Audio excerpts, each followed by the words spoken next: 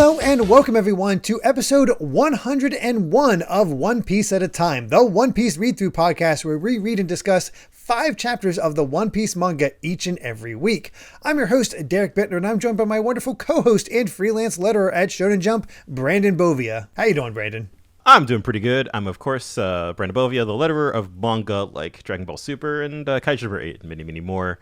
Before we started recording on this, I was working on the... I think... No, wait. Oh, God. I'm trying to remember if I could say it or not. I'm going to be on the safe side and say I'll just like shut my mouth, even though I'm 90% sure it's okay. But that's fine. Anyway, manga industry secrets, everybody. Yeah, I gotta love it. Yeah, I was a little distracted when I was reading, doing our opening. I was like, man, I'm saying one a lot. It's like, what the heck? It is. I guess it is 101. So there we are. It's like we're in the triple digits. We've been in the triple digits, but now we're properly back in the manga after our Alabasta adventure. So thank God. Yeah. Go check out an episode of that. Nice, because So the funny thing is, outside of the thing that obviously we were both like about, this is better than I remember. Yeah, no, I'm actually enjoying this, and even the as we'll see, just like right from the start, even like the Absalom bit, at least in this set of chapters, like there's a fun little like twist to it that I think helps it feel not as terrible. Oh, like thank God for this new character. Yeah, I was thinking the same thing. It really balanced out Absalom in a way that was absolutely needed. But we'll get to that soon, because we got chapter 451, Perona's Wonder Garden, where our doctor and his machines, while moon gazing, sees the moon explode, and that's a massive explosion. What a sight to be able to see an explosion from all the way down on Earth. Yeah, like what the heck? Yeah, I feel like that is the pervasive thought during like the cover stories for this set of chapters. Just like, what the hell is happening? We've never been so confused. Like we didn't know where things were going before, but this one we just sort of confused. Like what? Yeah, what is happening? Yeah, like I've alluded to earlier, there are some things here that I'm like, oh yeah, okay, I can see how this will tie into stuff in like a billion chapters, but there's a lot of other stuff in here now. I'm just like, what the hell? Yeah. Well, time for some more what the hell, as we're meeting some of these zombie generals where Absalom is waking them up, and we're kind of getting a bit of an introduction to some of them. Like they're not as, I don't know, they don't listen quite as well as some of the others. Like there's definitely some rebellion here. They're following, but they have some lip against them. We got this Captain John. I don't know what his whole thing is yet, but yeah, he just kind of has like, all right, Yeah, something like that. But much more importantly, we get to meet Lola, who really wants to marry Absalom. Even in the wedding dress. For some reason. I really do, like, as we alluded to a couple minutes ago, like, Lola is the character that I think Absalom needed to like just balance out the humor somewhat, and just to like, okay, like Absalom is a huge disgusting freak of a man, but like now he's also being pursued by well, I wouldn't use the same words for poor Lola, but yeah, she's a boar lady. Yeah, a female warthog. He's like, no, I don't want to marry you. You're a warthog, not a person, and you're a zombie. You're dead. And like how she's like, oh, huh? And then puts down a marriage certificate and tries to get him to sign it. And honestly, really great fight scene of her just trying to get him to stomp it, or trying to give him a marital vow kiss. Like, I immediately like Lola. She's freaky looking, but I like her. Great, yeah. And then the sort of whole reveal where Absalom's just kind of like alluding to Nami. I've got my sights on other women basically, and then Lola's basically like, I'm going to go kill her. like, okay, seriously, how did you not know that was going to happen, Absalom? Yeah. I just like you said it, and now here we go. Yeah, I love everything about how the gag escalates from here. It's great. Yeah, it's a great way. No notes. Like masterful way to balance out like your worst character by far. Just torture him Yeah, with yeah. this lady. I'm not gonna say that I like Absalom, but I like that I don't just have to like watch him be a creep. Yes. And it's satisfying. In a weird way, satisfying to see him, get a taste of his own medicine in a way. Even though Lola's not nearly as disgusting. No, she just wants to get married. That's Yeah, exactly. Yeah. And he's talking about bride, but he's got like sneaking up in the shower and whatnot. So Yeah. Uh-huh.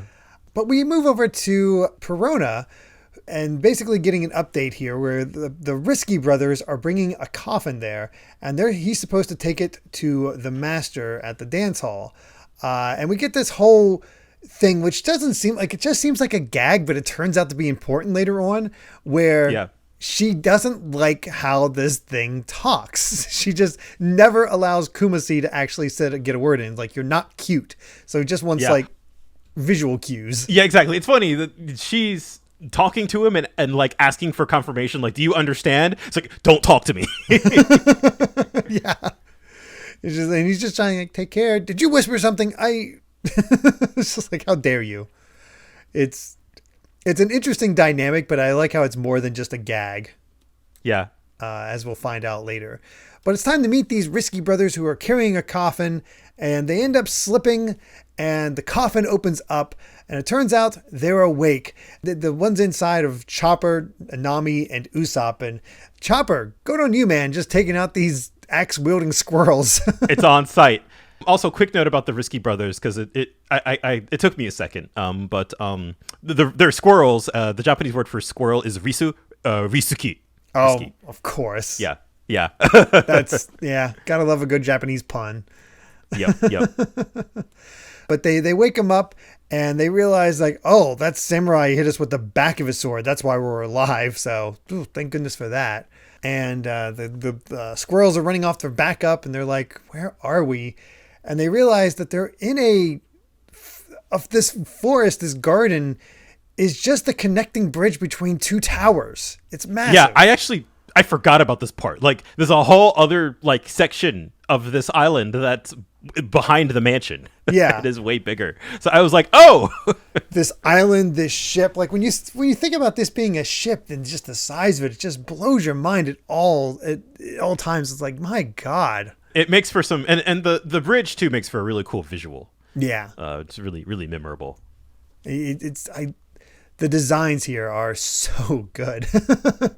But they're basically trying to discuss their plan. It's like, okay, something's weird here. We were scared silly. We ran around, but after all is said is done, we're just here. What, like, something's wrong here. And it's like, let's just get out of here. It's like, no, there's something up. But she also wants to stick around because she thought about the whole what they said. This room isn't the treasure room. Yeah, like this room. Yeah, and so I love that panel of like Usopp's trying to talk her out of it, and Nami's like, of course I'm scared too, while she has the berry symbol in her eyes. There's something wrong with your eyes.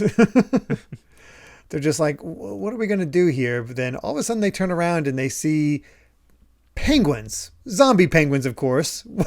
One with a bandage over the eye, another one with human lips instead of a beak, and another one with just a dog face. Yeah, just like, well, and I love that they're, we're the penguin zombie duo. Trio. I'm the new guy. I don't care about your membership. And then there's like, oh yeah, the ones behind you are the wild zombies. And you look around, it's like, oh. And this is it's at this point, it's like, wow, Oda's just having fun. Yeah, all of these really just like unique and horribly messed up like animal zombies. I love the kangaroo one. Yeah, it's so odd, and just like the cute koala face, but he's so huge and just like, what the heck? He's carrying a mace. I also like the implication as we sort of learn. We do kind of learn how the zombies work later on. I don't know if it's a full explanation, but it's at least a bit of an explanation where these are all the lower numbers. Yeah.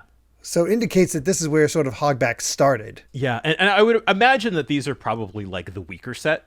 Like these are the early experiments. Yeah, I definitely agree with that.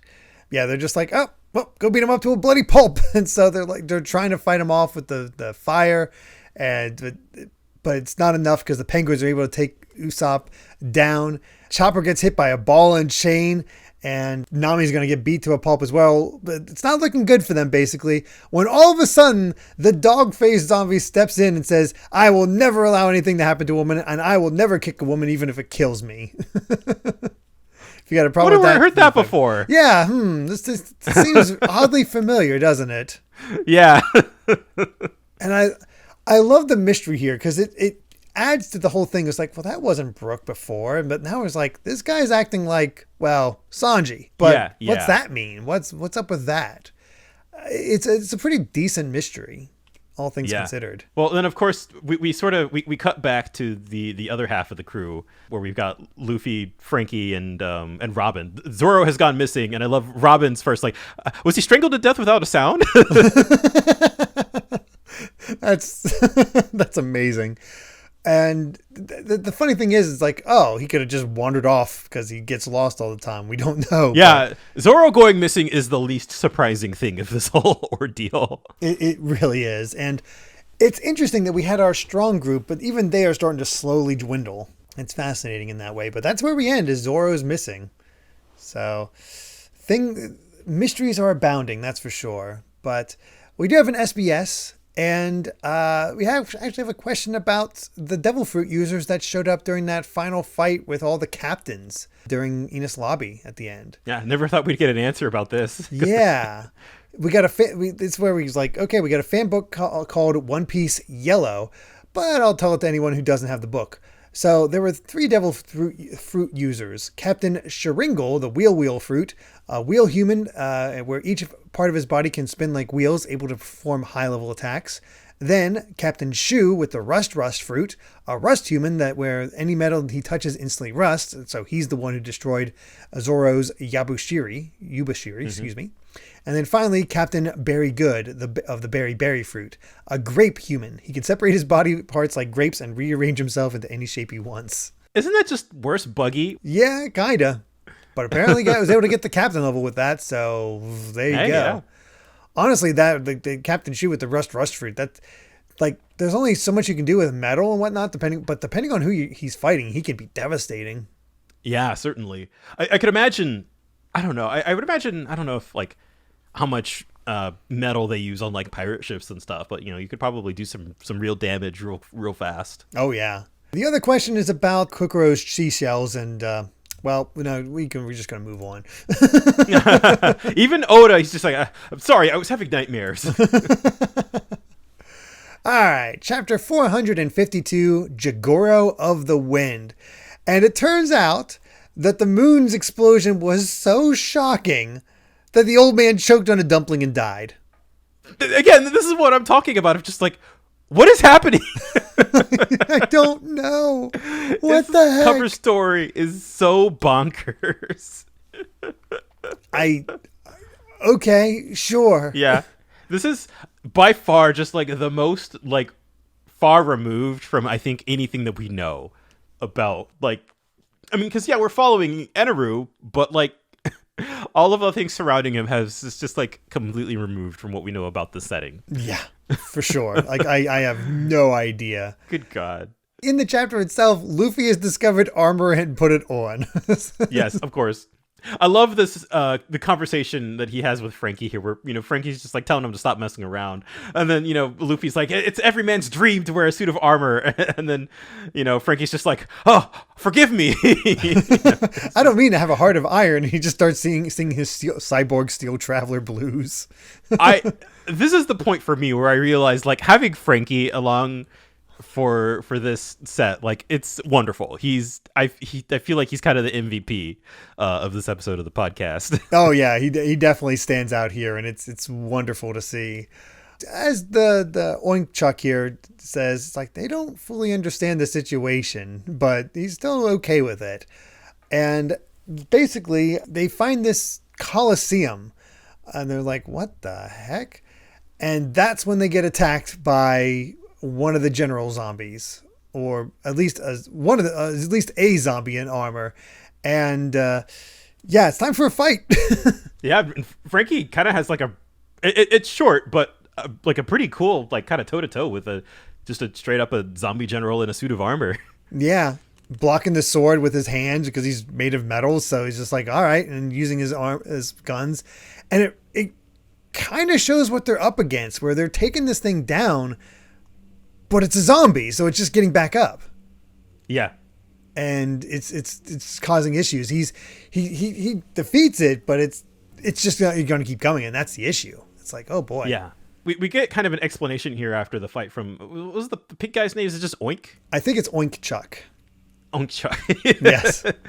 So like, he basically kind of lays it out for him. Just like, there's zombies, so they don't feel pain. Each of them, they're basically like powerful warriors from when they were alive. So it's just like, you guys are basically up against immortal versions of very strong people. Mm-hmm. Yeah, we got the head knight of a country, a fierce criminal, a legendary samurai, a pirate, and a pistol master. And it's like, there's no way you can win against them. All of your friends will be killed, and it serves you right. And that immediately sets off Luffy. But a wall zombie comes out and blocks their path. And that's when we see a bunch of the general zombies all wearing armor. It's like, yeah. The odds really are stacked up against them. Like, you feel all confident with how they took on the Enos lobby and all the thousands, but this definitely is different.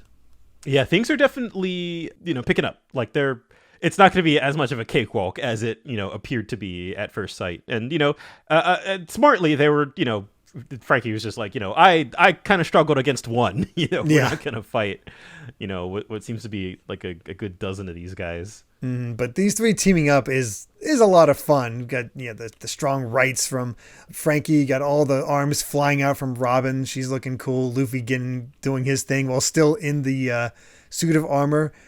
But then we hear one sword style 36-pound Phoenix. It's like, oh, hey, Zoro's here. And it's not. No. It is a weird, freaky looking zombie wearing fungushi, but also no pants. I don't know. There's a lot going on here. He has something of like a Hitler stash going on too. He's got like a snake on his head. I don't know what's happening, but there's Jigoro of the Wind. Yes.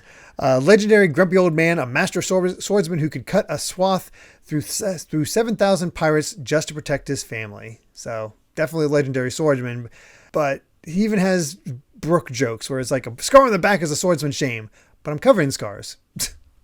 Yeah, so, it's just like, who are you? Yeah, it's like there is something up with these zombies that they're acting like our friends, and I love this joke so much. Frankie's like, "Oh right, we just use fire, so let's do this," and they're like, "Oh, get your buckets," and they pour themselves out with the. That's such a good gag.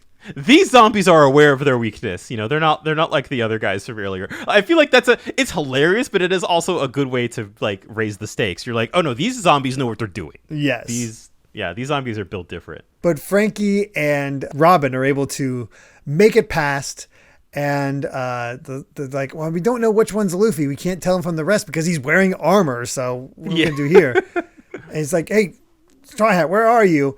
And then we see that Luffy has been caught and is wrapped up in a coffin covered in webs.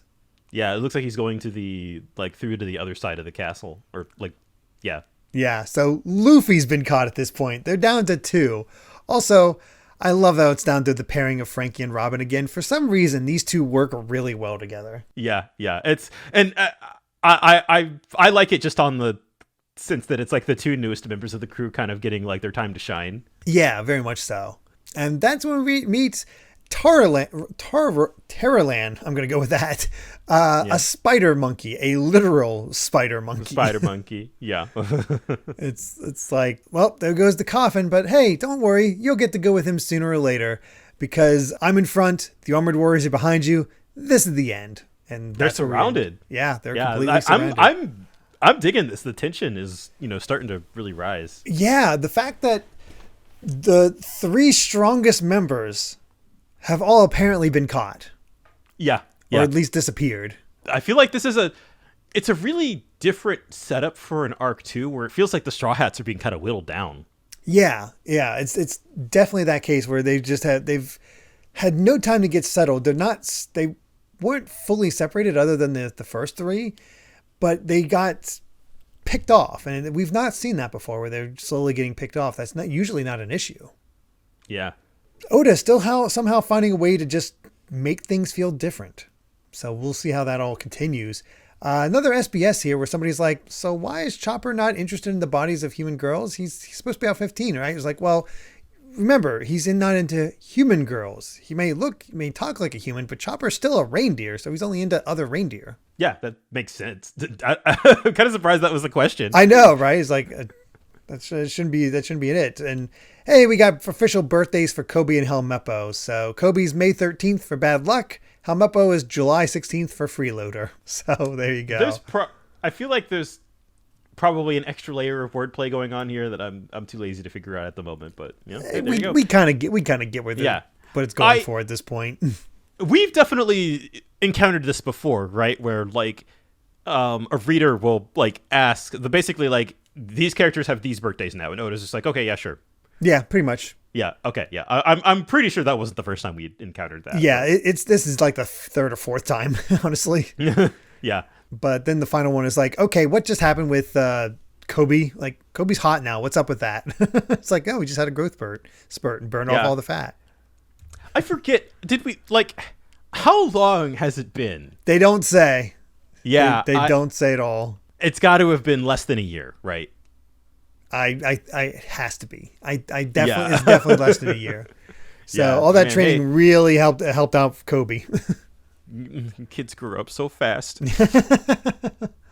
He was being. It's a metaphor for his life. He was being stunted by Alvida, but he's able to grow and evolve thanks to Garp. Yeah, and well, considering Garp's training methods, I'm sure Kobe probably all that fat turned into muscle real fast. Oh yeah. All right, chapter 453, Cloudy, Partly Bony. And we find out how our four robots made it to the moon. They rode balloons. They just rode balloons? Yeah, easy. Why didn't you do that? Skill issue. Right. I mean, sure. The moon must work very differently on this planet, that's for sure. I have a lot of questions about the moon personally, but we'll get there. So same here. Jeez. All right. So we get into the chapter itself. We're back at Perona's Wonder Garden, and all of the wild zombies are like, "All right, newcomer, what the hell? You're supposed to be working with us. Why are you helping them?" And he's like, he's as strong as a zombie general. You're stronger than us. What is up with that? And it's like this penguin dog is just like a power that blows everything away. The name of that tempest is love. It's like, God, this is such Sean. Yeah, exactly. You're just kind of like, oh God. It's like, oh yeah, it's saying stupid things just like Sanji. It's like, hey, do you know Sanji should help us? It's like, and that's Usopp saying that. He starts kicking at Usopp and Chopper, like, oh, he only wants to save Nami, of course. Yeah, of course, yeah. But that's when they start hearing something in the distance, and we immediately see Absalom. It's like, oh, they're showing up. Absalom and Lola. And she finds Nami and immediately takes an axe to her. Yeah, which is just like, hey, whoa, I love this. Like, there you are, cat burglar. She's like, I haven't stolen anything yet. It's so good. And then the penguin shows up and kicks away the axe, throws off Lola, but Lola is strong enough to punch that penguin away. They're like, wait, why didn't you return the attack? I will never kick a woman, even if it kills me. It's like, you'd still consider that to be a woman. I have so much respect for you. Go weird cursed Sanji penguin thing. He certainly he doesn't have whatever is in there, doesn't have the part that saw Kokoro, I guess.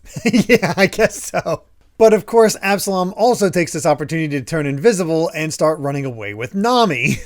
I wasn't expecting this, but I'm actually really glad. Like, Nami just kind of like is just like nah, and gets off a good like thunder charge. Yeah, and is able to escape from Absalom. So I was expecting like, oh God, here we go again. No, she takes care of him. Is like, yeah, oh, you peeped on me in the bath. It's like, I don't make myself beautiful just for some perverted beast. And she just takes him out. Yeah, go Nami. Yeah, I'm all down for that.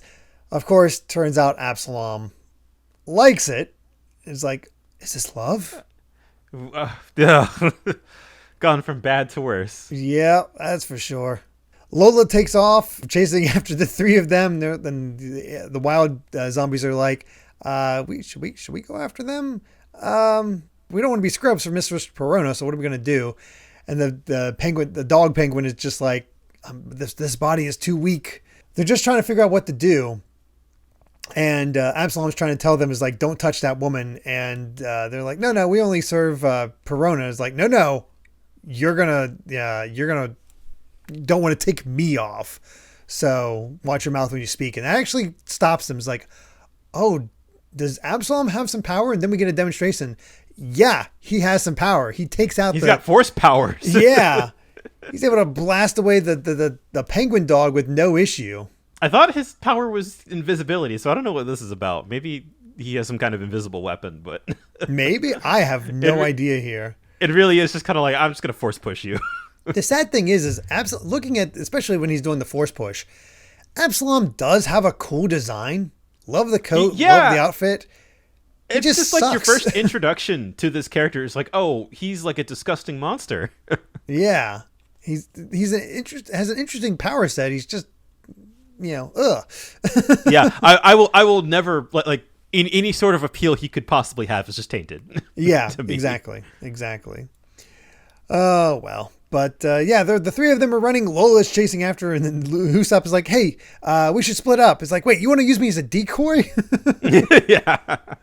It was like, yeah, she's after Nami. And that's when we find out from the spider monkey, as we shift our scene here, that, yep, Sanji, Zoro, and Luffy have all got stuck into the wall.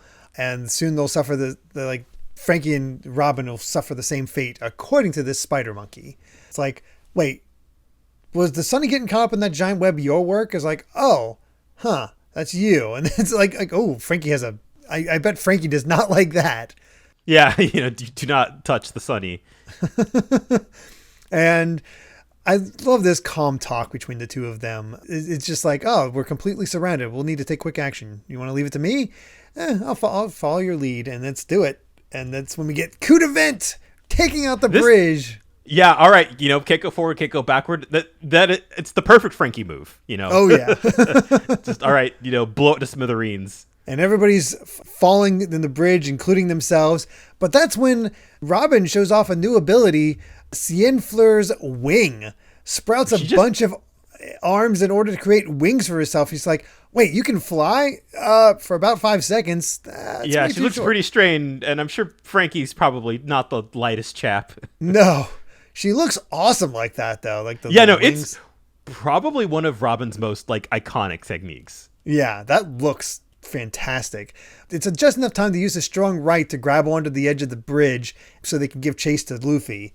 So they grab a hold of each other, and he smacks into the wall, but she's just fine. She already jumped up and no worse to the wear. Honestly, it's a brilliant combo. Yeah, it worked out really well, and I just like the dynamic of these two together. It's a lot of fun. Great. Of course, the spider monkey fell down as well, but he's like, hey, I can climb up walls, so I'm coming after you too. When all of a sudden, here comes Brook out of nowhere and crashes into the rest of the armored zombies for some reason. I don't know what he was doing, why he's just, all right, that's his entrance.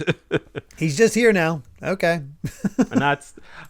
I love that it took the entire chapter to get the chapter title to come back. I know. They took their time, that's for sure. All right. Time for chapter 454, The Humming Swordsman. And we get a color spread this time around, where a boxing match between Frankie and Luffy, which honestly looks pretty great. I commented on this before, but I love having Frankie on the crew because he just... adding him to the potential of the color spreads is great. Also, this is the most pants we've ever seen him wear. Oh God, you're right. I don't like it. Those aren't Speedos. Yeah. Also, the implication that they've gone 53 rounds. Yeah. Thanks to Robin. All right, into itself. We have Usopp and Chopper trying to stop Lola as she literally riding her as she's chasing after Nami. And she has Nami cornered, has two swords out, ready to kill her when Nami says, "I'm actually a man." She's like, "What?" And then, of course, poor Chopper is completely impressionable. It's like, "What?" He's like, "Yeah, I'm a cross-dresser, no joke. I think that you and that Beastman will make a great couple. I'm rooting for you." She's like, and Lola's just like, "No one's ever encouraged my love." Man, Nami just rolled like a perfect 20. I think this is what happened here. In persuasion, right? Yeah. Just like, all right, just instantly able to take command of the situation. Just like, yeah, I believe in you. But like, there's also something really heartwarming. And I love this next scene too, where like, she's kind of in relationship counseling with Nami. Yeah. Just like, "Yes, my name is Namizo. Call me Nami for short." Brilliant. And just them setting up under an umbrella is like, okay, he's not going to give you the thin print if he's conscious. That's why you need to get him to sleep. It's like, is that ethical? Like, you're a zombie. Oh, loophole. Thank you. Yeah. And you can just knock him unconscious first. So there you go. And that's when she actually uses this to her advantage. It's like, "I lost something at the treasure storage. I want to go back and get it, but I don't know where it is. Can you tell me where to get it?" "Oh, that place is closest to Mistress Perona's room." So it's like, my God, just Nami in her element. And this is her at her best. I love it. Yeah. Just completely, again, like, I love how quickly she's able to just go straight into like social engineering mode, basically. Like, all right, I'm going to lie my way out of this. Yep. And I love how Chopper's still thinking, it's like, no wonder she seems so manly. Wow. Rude. Yeah, I know. Oh gosh. And as Absalom is chasing after them to get him, and Nami just says, "Lola, this is your chance. I'll never see him again, so you'll be okay. You two make a great couple." That's great. It works out for everybody. I love that these three are somehow holding on better than the strong set. Yeah. Which, I mean, hey, I feel like this is a situation where raw strength isn't going to get you out of every situation. So there you go. Yeah, it does not. And again, I love, like, we haven't had, I mean, we're still fairly early on in the arc, so we're not like going to have proper multi-chapter fights or 1v1s or anything like that. So I love situations like this where the Straw Hats kind of get to focus in on their individualities and like, all right, here's what like these characters would do in these situations, and it feels like really natural. Yeah, for sure. Meanwhile, Perona is raiding the Sunny. They're like, "There's no treasure here. They're just some money and the boxes are all empty." It's like, they've hardly got anything of value. So how is this the ship of the man that's the defeated crocodile? Well, they have a lot of food. Let's just take that. I'm like, no, the food. Although I guess it makes sense. They spent all their money on the Sunny. They're definitely broke now. Yeah. So that's when we get something interesting from Hilden. Moria is calling for the Mysterious Three because they have captured Luffy, and they will reveal number 900. I can take that to mean that they've been making 900 zombies. Yeah, probably. I think that's the easy thing to expect based on all the numbers that we've seen. So yeah. Yep. But Absalom succeeded in getting away from Lola. And he arrived in Perona's room, and just like he's sort of looking for them. But that's, Perona and Absalom meet up, and basically Kumasi immediately says, "Welcome back. I have something important." He's like, "No, shut up. Don't make a sound. I don't want to. You're not cute."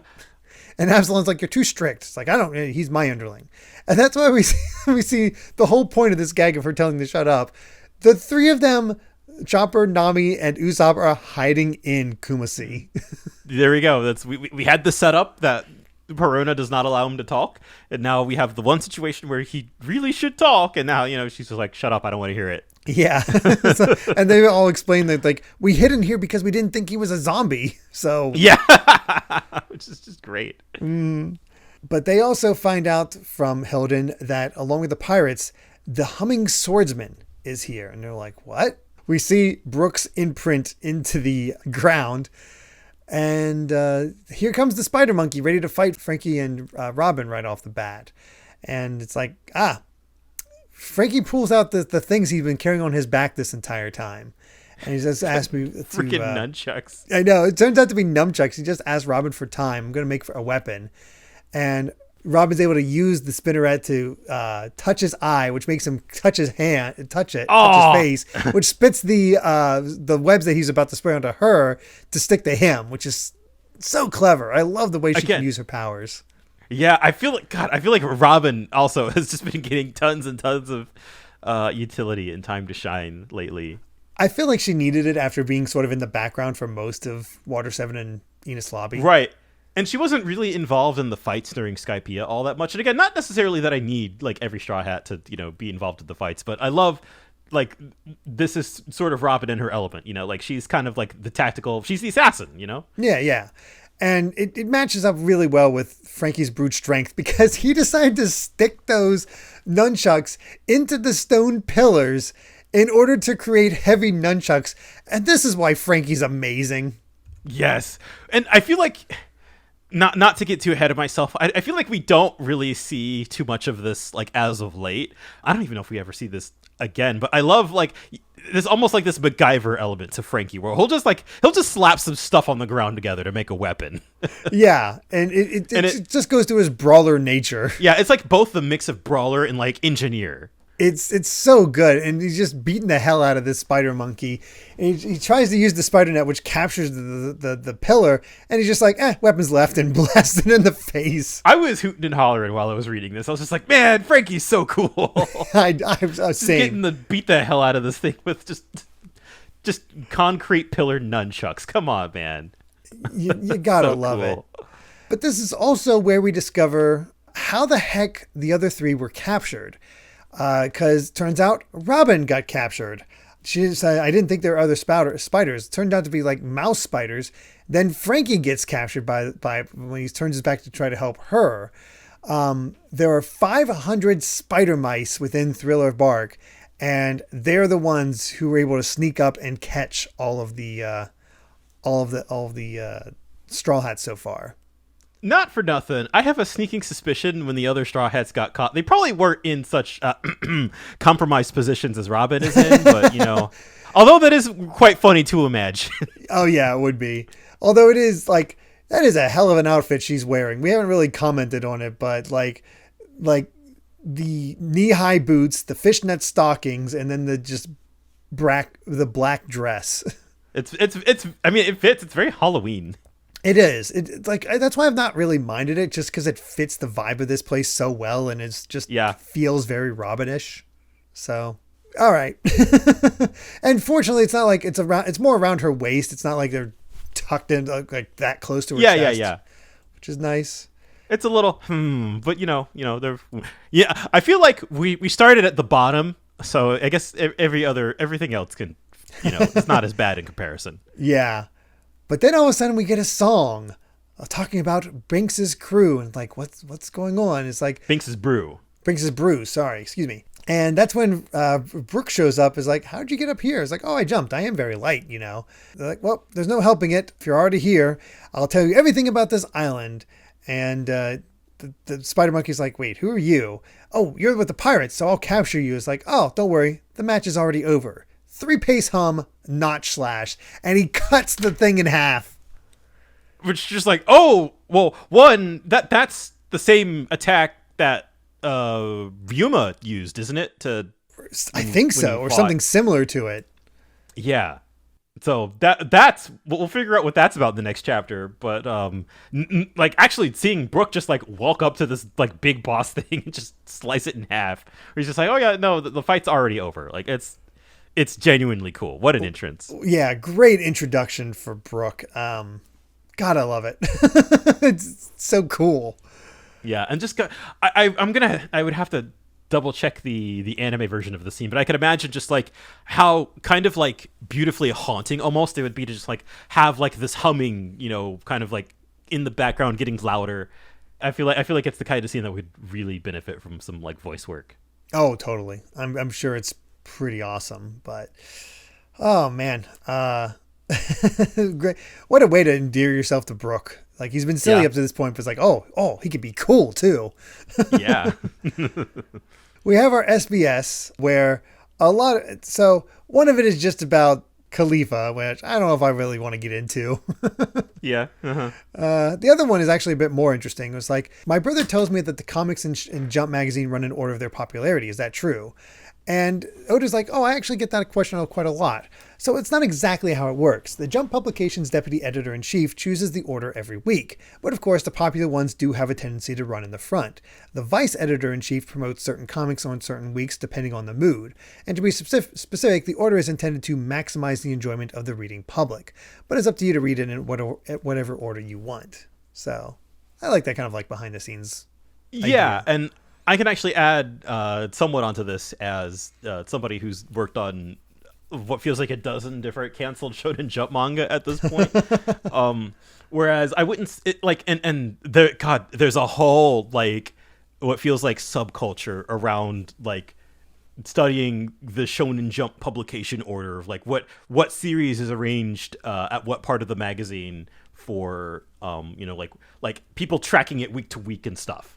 I would say at the very least, like, if you're at the bottom of the pack consistently, you're probably not going to last that long, I think is kind of the... Yeah. I think it's less like a hard popularity, you know, it's not like hard numbers, but I think series that get placed in the back of the magazine have a tendency to not last as long, which is maybe, you know, a little bit of a self-fulfilling prophecy, but, you know... A little bit. I mean... And it isn't necessarily the case all of the time. There are things that are in the back that are just like Jump keeps this around because it like serves a particular audience, but you know they are at least on some level influenced by like the reader surveys and stuff like that. Yeah, I remember like I picked up 2 issues of Shonen Jump when I was in Japan, and I didn't take notice of where they were in order, but I did notice that the what was it? To Love Ryu? Oh yeah. To Love Ryu. Yeah, I think that was towards the back, but I think it was because of content. Yeah. Oh yeah. Absolutely. Yeah.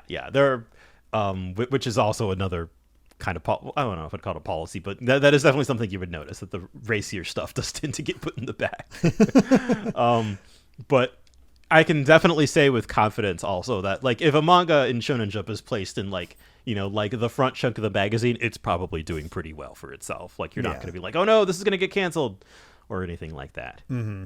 So it's fascinating. It's a whole thing. Yeah, that's for sure. Oh, it's very interesting.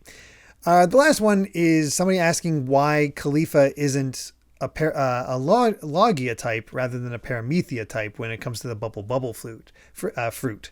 And the reason for that is the bubbles come from her. The actual shape of her body doesn't change. So it's a Paramethea type because you have to rub the bubbles and they come out. Makes sense. If the body changes, then it's Logia.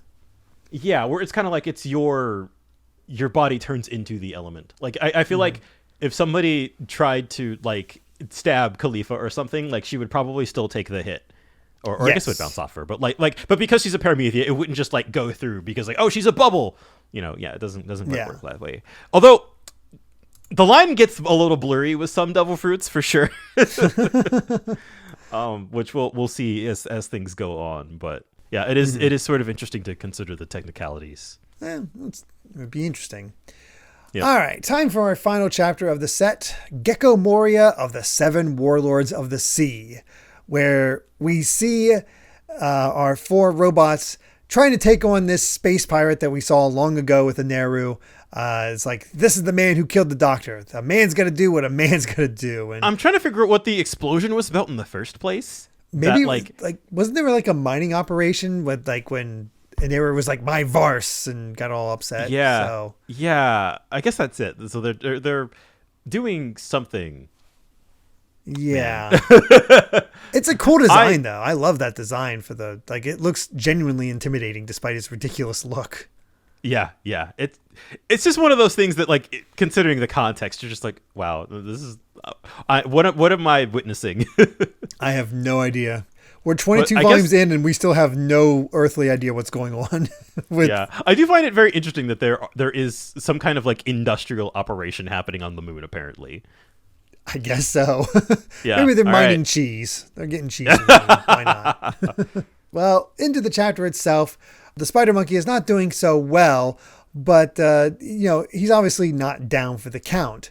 And that's when he sort of recognizes Brook. It's like, oh, no worry. And Brook is just like, I've already taken countermeasures, even though he's still up. We're done. And he's like, the zombies have a certain weakness. And all of a sudden we see this black thing come out of the spider's mouth. And then he says, that's the zombie's soul. And now return to your original master. And it leaves. And yeah, Captain Terralan, the spider monkey, is actually defeated and down for the count. And Frankie's like, what did you do? Oh, I purified it. Which is just awesome. It's like, oh, that's why they're freaking out about Brook being around. How do you I love that they were like, purify these things? Because holy crap. Yeah, and I love that they were the other, like the weird mice things are like, that's the man who made a mess at Thriller Bark 5 years ago. So clearly Brook has a history here, and whatever he did last time he was here, it was, he seems to have made a bit of a mess. Which honestly just makes him cooler, but yeah, exactly. Yeah, no, I love everything about this entrance and seeing Brook again here. I was wondering when he would show back up, and I'm just like, oh, it's here and it's awesome. Yeah, and it didn't take that long, honestly. I didn't expect Brook to come back so quickly. Mm-hmm. But all the spiders run off, and Brook's just like, oh, the spider webs are resistant to strength but vulnerable to fire, and Frankie's able to use his fire to free himself and Robin. And he's like, so Luffy was taken. You seem to know a lot about this island. And he's like, well, I don't know where to start. They were already captured. It may be too late. Well, what do you mean? I was like, well, don't shout at me in public. It might lose face. But I'm a skeleton, so I don't have a face. Of course, yeah. And Frankie's just like ready to shoot him. She's like, no, stop. He's already dead. From Robin. Yeah, Robin's trying to calm him down. And Frankie's still trying to shoot him in the next page. Yeah. So basically he says, I wandered the seas for decades on a ship that couldn't be steered. I wanted to escape these waters, but the rudder was broken, so I just had to let the currents take me. And that's how I arrived at Thriller Bark 5 years ago, much like you. So because I wanted to escape, I started searching for parts to fix the rudder and explored the place on foot. But all I found were the monsters and the zombies. I eventually got captured, and what I witnessed was a martial arts dancer and a patched up corpse they called a marionette. Then a large man appeared and basically pulled the shadow from the martial artist and removed it. And it's like, oh, I think we know where this is going already at this point. Yeah, well, I love this bit too, where, of course, Brook makes another skull joke. He's like, I doubted my eyes at first too, even though I don't have eyes. And well, I love that, Frankie's like, I'm going to beat you up. And then this time Robin's like, yeah, just beat him up. And then he actually just beat up in the next panel. Yeah, it's very good. It's like, I would soon suffer the same fate, but first I saw the man collapse after a shadow was taken, and the shadow itself was pressed inside the lifeless body of the marionette. And the marionette, which originally was a motionless corpse, started to move. And now things are starting to click into place. Yes. And we got basically more of a breakdown. So the shadow is another soul that follows its master's moves. The shadow at your feet is the same. Under normal circumstances, that soul is supposed to follow you from birth to death. But the man who is able to capture and force those shadows to submit to him is Gecko Moria. He has the shadow fruit. I feel like I just want to point out, like, hold on, wait, what? About wait, your shadow is another soul? Like, how does that work? I think this is one of those, like, blink and you miss it bits of world building that, like, has the potential to come back in a really, like, bizarre way. That's just kind of me, like, spitballing theories, but, like, that is, I feel like, a very weirdly specific thing to point out about how this world works. Yeah, or it could be a reasoning for how the shadow fruit works or something like that. Or maybe going back to Peter Pan logic where he's trying to get his shadow back. Yeah, I mean, it could be any number of those things, or it could also just be, like, that's just how it works. This is my excuse. yeah, pretty much. Like, okay, that's Moria's devil fruit. Just, roll with it. Like, I feel like we already have enough devil fruits where it's like, that's not really what that, okay, sure, I wouldn't think shadow fruit and think, oh, so that must mean that shadows are sentient life forms in enough of themselves that can be detached. Yeah. And we start to see the scale of the threat here because, yes, Moria has this shadow fruit that he can take somebody's shadows and put them in corpses. But the major problem is that he's working with Hogback, who's able to create powerful corpses and with the body parts of various creatures. And he's gone to various cemeteries to revive the bodies of legendary warriors, and he still has a ton preserved in his laboratory freezer. And yeah, because of those two working together, they're able to do that. And the reason we're starting to see some of these personalities is because the personality and battle abilities are retained from the original owner of the shadow, though the physical strength is dependent on the body.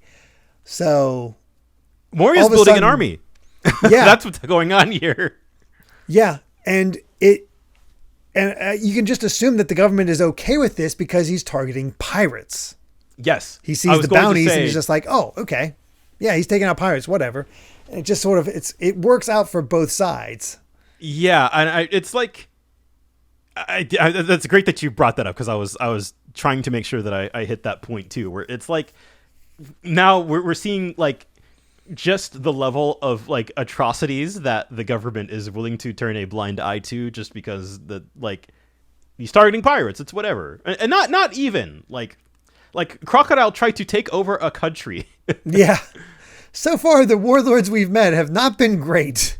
Yeah. Yeah. And it's just like, I feel like it says a lot about them, and maybe a lot about how the government views pirates, that they are willing to like turn a blind eye to so many horrible things just to like basically make a deterrent for pirates.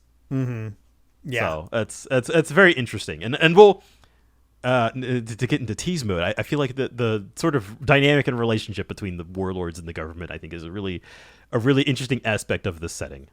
Ooh, I'm excited. but yeah, that's where we get a breakdown from Brook. Is like, yeah, the stronger the combination of the physical body and the shadow warrior, the more powerful the zombie soldier will be. And that's why he seeks out those bounties. Oh, and that's also probably why they stuck Sanji in a penguin. Yeah. Because he doesn't have a bounty. They don't think he has a bounty. Yeah. So they're like, why is this penguin dog so strong? Mm-hmm. But yeah, after taking the shadow that has the same battle abilities, he has no need for the original owner of the shadow. The stronger they are, the more quickly they are sent back out to sea while still unconscious. And it's like, oh, we got to save their bodies. Yeah. And Brook's just like, okay, you just have to trust me. Trust you? You have to be out of your skull. I get it. I haven't had this kind of audience in decades. It's like, on the one hand, yeah, no, this is a stupid gag. And I think there is a little bit of like, audience stand-in for as far as Frankie and Robin are concerned. It's just like, oh my god, get on with it. But at the same time, I do kind of respect, like, yeah, like Brook's living it up, man. He hasn't gotten to screw with people in a long time. Honestly, the more I am with him and these jokes, the more he's just I'm really loving him. Yeah, he's just dad jokes. Yeah, he's dad jokes just the entire time. But the mysterious three have come together, and we see Hogback, Absalom, and Perona, and such interesting designs. Yeah. And then we actually get our proper introduction of Gecko Moria, who we find out his former bounty was 320 million berries. And he has a motto. I love this. Yeah, rely on others. Favorite line, you do it. And he wants to be made Pirate King, so yeah, he definitely has ambitions. Yeah, which I love. As soon as you turn the page, like Luffy's like, Pirate King, He's like, untie me, you big onion. Yeah. It's just like, this is Straw Hat Luffy. You seem to have made a name for yourself, but you're the third who captured so far. One is Zoro the Pirate Hunter. The other is a blonde man with no bounty. But yeah, he's blonde. I love that. And yeah, you're right. That's why he got stuck in a random penguin. They're surprised about how strong he is. Because, yeah, we know now why. Oh, that's why the penguin was acting like Sanji. Oh, that's why that swordsman zombie was acting like Zoro. Oh, that's why Ryuma is acting like Brook. Yeah, and it wasn't said explicitly, but that's probably like we know that Brook lost his shadow, so it's probably in Ryuma.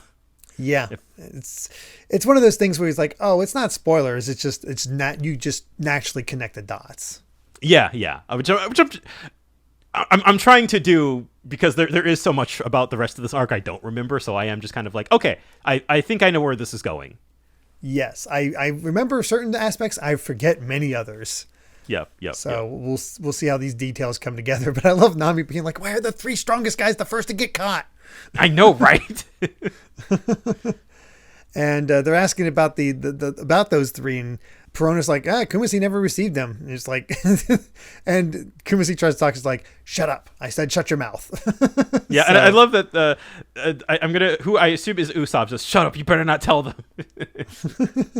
And Absalom is like, "Wait a second, they were causing trouble at the courtyard." We're like, "Hogback, you hurt my wife even after I told you not to." And like, Sindri immediately says, "No one will ever marry you." Sindri, it's perfect. It's yeah, so good. Sindri, boss. And then she turns around and Hogback, and she's like, "No one will ever marry you either." I got hit by a stray bullet. Just literally catching strays. That's so good. Oh gosh, it's like Mori's just like you're annoying me. So if the pirates escaped, you have to do something about it. But we should be celebrating the birth of a powerful new force that will join us. And then we find out that Luffy bit through the bars and is getting away. Look, you can't put this man in a cage. You cannot hold Luffy back. We can see how much stronger he became since freaking Buggy put him in a cage. Oh, really. yeah, where he was trying to bite through it, I think.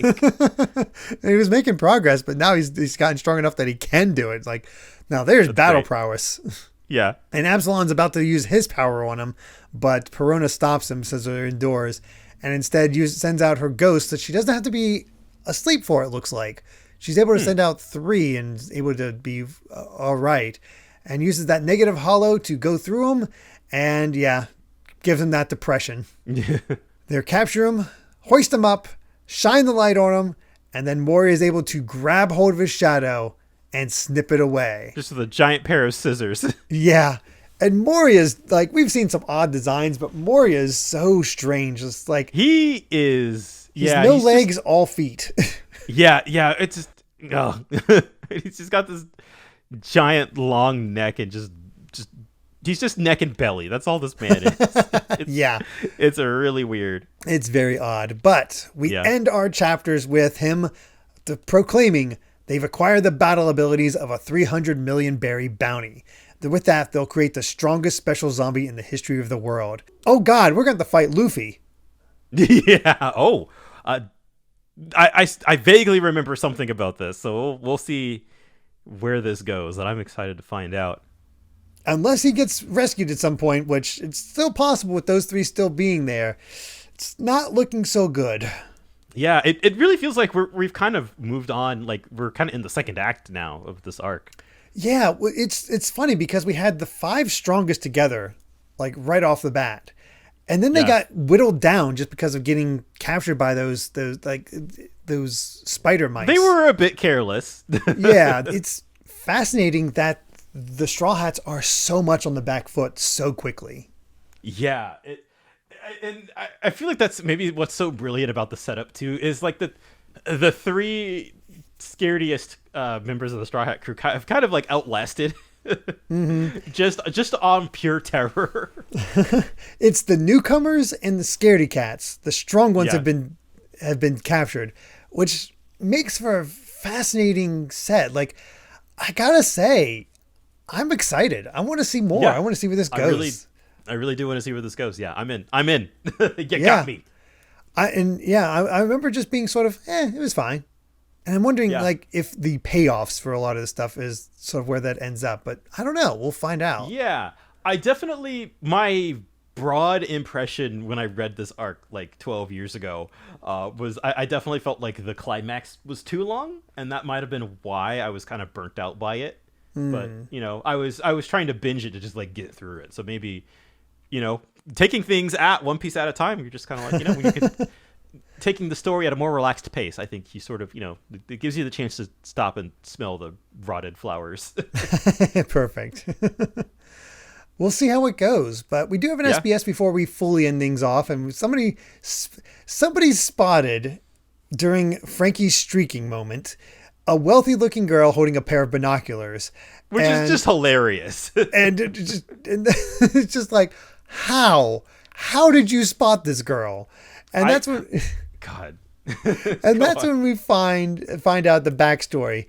Her name is Marmietta, and the person next to her is her butler, Yamanahare, and she's the only daughter of the mayor Bimne of Pucci, the gourmet city, which is connected. So she's very naive and very curious about everything. So she heard about the damage to from Aqua Laguna. She wanted to go to Water 7 and deliver relief goods.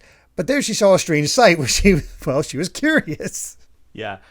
I think the thing you might have missed out on is that they're all pun names, of course. Oh. She's and I think that's what the parentheses are. And so like Marta Mie is a like there's sort of a it basically means like in full sight, like, you know, you can see everything, and there is sort of that phrase in Japanese has a bit of an implication of, you know, like, you know, seeing something you're not supposed to. Oh. Yeah, the butler was please stop it, and the mayor is how tasty, which is fitting for the gourmet city. Yeah, I think exposed might be a good equivalent. Oh. where that's an English word that can mean many things, but also has, you know, kind of a dirtier connotation sometimes. That's amazing. That is so good. And then our last question is, so can Robin feel what she's grabbing? Especially when she had to grab Frankie. He's like, yep, she can feel it. If they get hurt, she gets hurt too. I feel like the SBS readers are really good at like asking obvious questions that they just want Oda to say yes to. Yeah, I think that's just to have it from word of God, just like, yes. Confirm this for me. And Oda is very good at confirming those type of things. It's like, you feed into it, you perverts.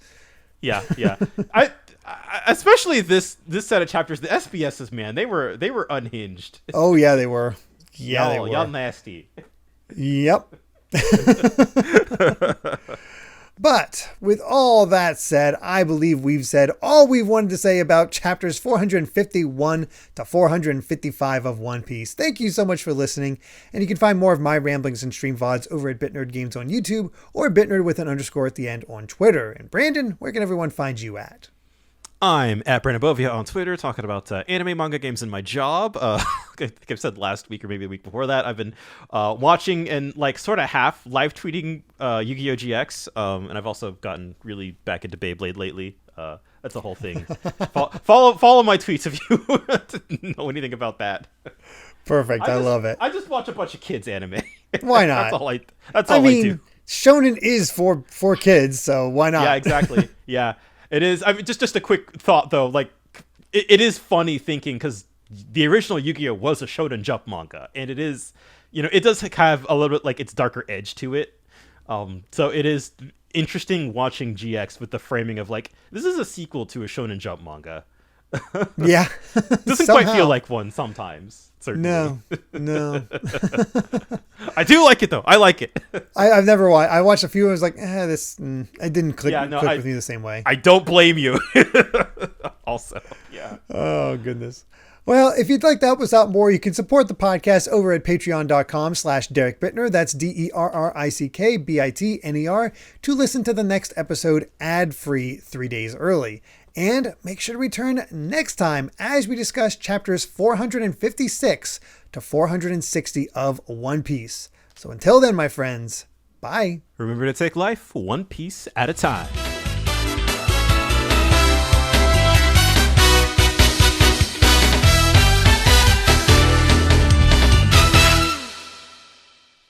The truth is, I'm a man! What? What? Oh, come on.